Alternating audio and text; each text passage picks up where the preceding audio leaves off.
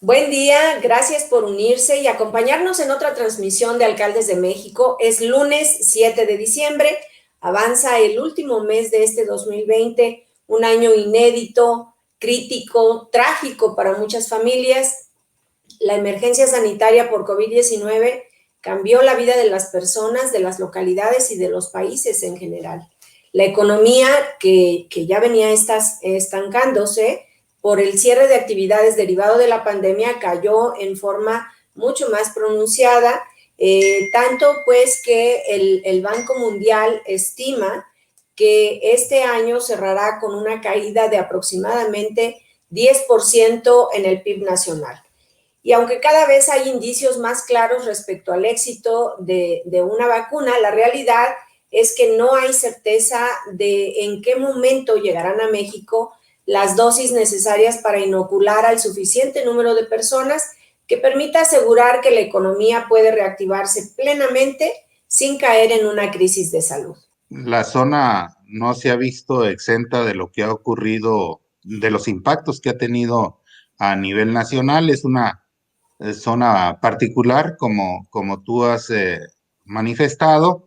La caracteriza una intensa interacción con Estados Unidos, y una de las características, en el caso de Baja California, desde donde me encuentro en la ciudad de Tijuana, es que Baja California, que hoy inicia en semáforo rojo junto con Zacatecas justamente, Baja California es vecino de California, que es una de las potencias. Si se mirara a través del concierto internacional, pues sería por su producción una de las siete potencias, ocho potencias mundiales.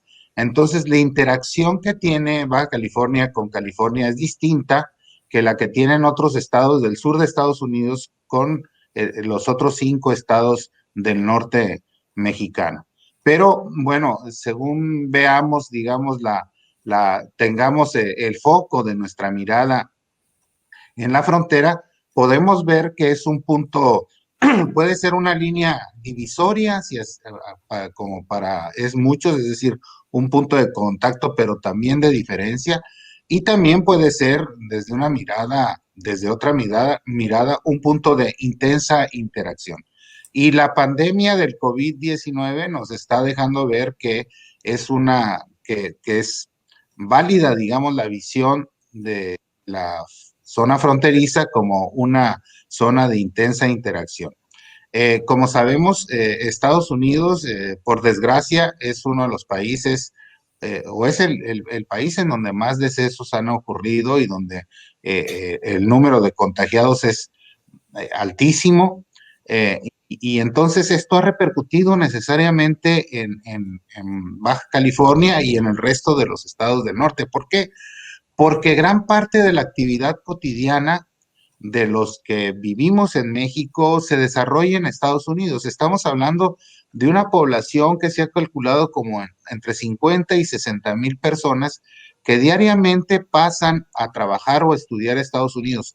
Pero de allá, del norte hacia el sur, también hay una intensa interacción. No olvidemos, por ejemplo, que hay un asentamiento importante de ciudadanos norteamericanos que al jubilarse o en busca de servicios, sobre todo médicos, pasan al lado mexicano, de tal manera que pues inevitablemente la pandemia del COVID tuvo que ver con estas interacciones, y por eso se ha decidido desde hace meses y se sigue prolongando que los cruces solo están permitidos para actividades esenciales, sobre todo de sur a norte, es decir, quienes vivimos en el sur en el lado mexicano, solamente podemos pasar por actividades esenciales, pero no todos los ciudadanos, por ejemplo, legales que tengan visa, sino aquellos que son ciudadanos o residentes permanentes en Estados Unidos, que muchos de ellos viven en el lado mexicano. El problema se ha manifestado que ocurre de norte a sur, es decir, del norte para México no están prohibidos los pases. Entonces, cuando hay, por ejemplo, días feriados en Estados Unidos, pasan muchas familias al lado mexicano, y se dice que esto ha sido también una fuente probable de infección. De manera que se ha tenido que cerrar la frontera y esto ha repercutido en las actividades económicas de ambos lados.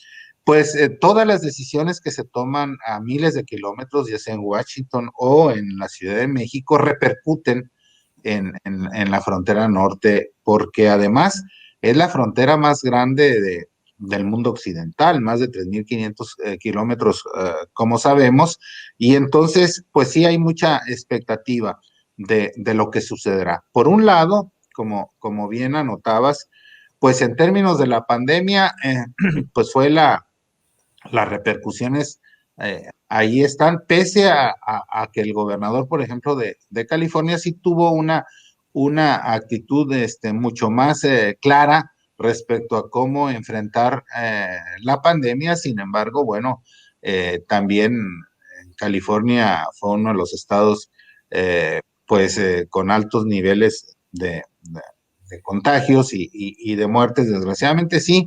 Efectivamente, Donald Trump al principio pues desdeñó mucho el impacto que pudiera tener un problema de salud como el que estamos viviendo y pues eso también repercutió en sus posibilidades de reelección. Desde luego hubo un sector muy crítico acerca de las medidas que se consideraban tardías o un poco tibias.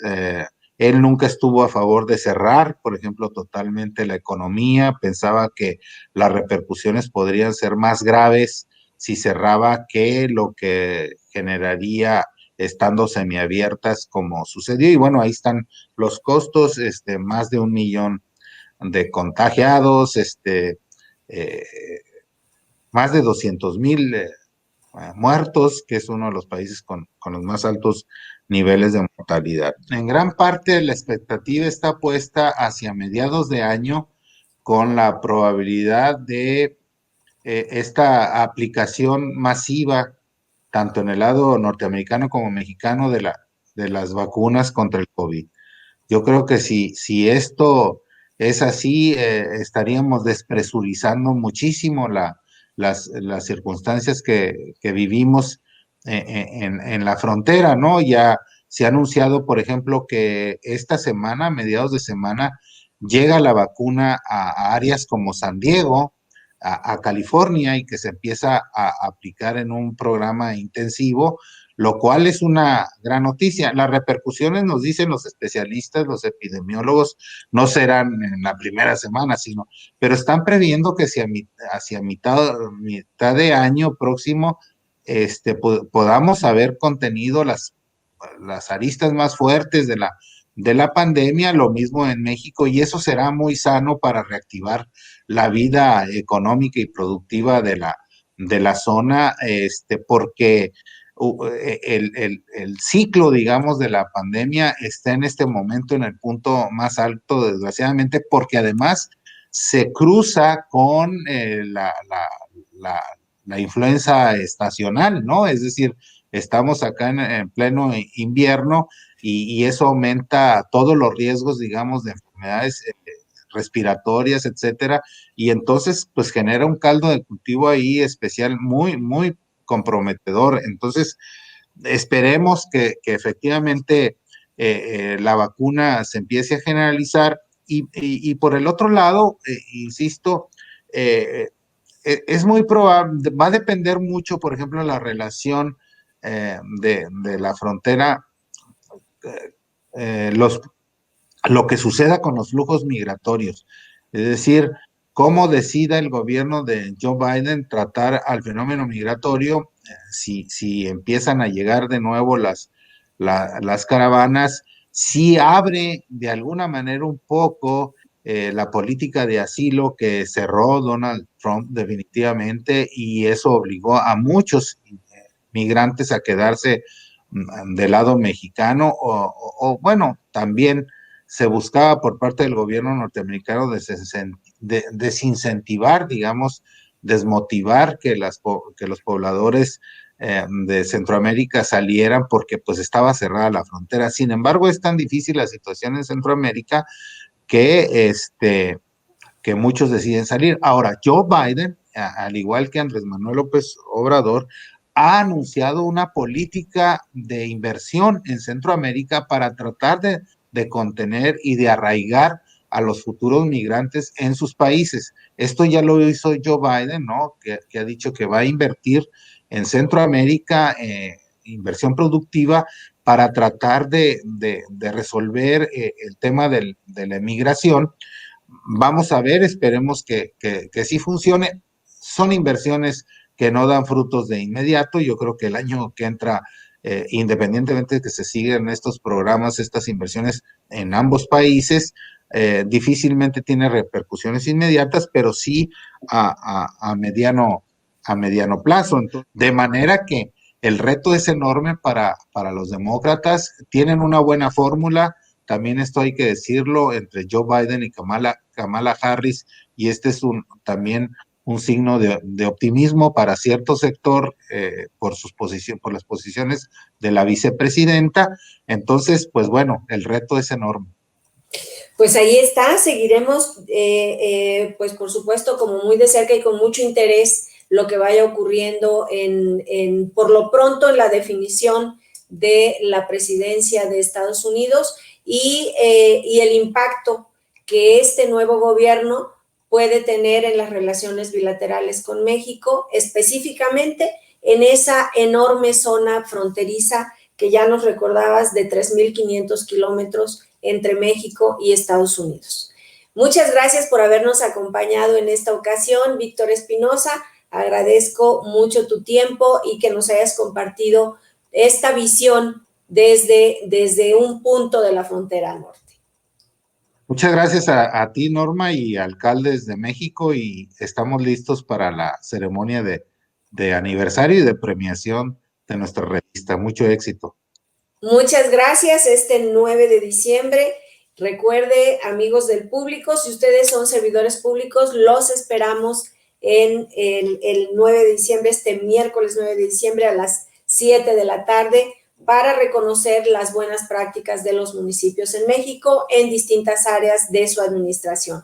Mientras tanto, amigos del público, los invito a que sigan a través de alcaldesdemexico.com y de nuestras redes sociales, de Facebook, Twitter, Instagram, de nuestro canal de televisión digital, Alcaldes TV, el impacto de la pandemia en municipios y estados. Y también a través de nuestras transmisiones en vivo, que por cierto, y hablando de nuestra premiación, este miércoles no tendremos transmisión en vivo, pues estaremos en esta fiesta de las buenas prácticas. Así que nos vemos hasta el viernes a las 9:30 de la mañana en otra emisión de la serie Elecciones México, en la cual estamos enlazándonos con quienes aspiran a ser candidatos a gobernador o a presidente municipal en las elecciones intermedias que tendrán lugar en junio de 2021, pero que ya han comenzado a dar mucho que decir. Entonces, el viernes hablamos de elecciones. Por hoy ha sido todo. Recuerde, si tiene que salir, cuídese, y si puede, quédese en casa. Nos vemos la próxima semana, el viernes, hablando de elecciones, y el lunes hablando nuevamente de acciones de gobierno ante el COVID-19.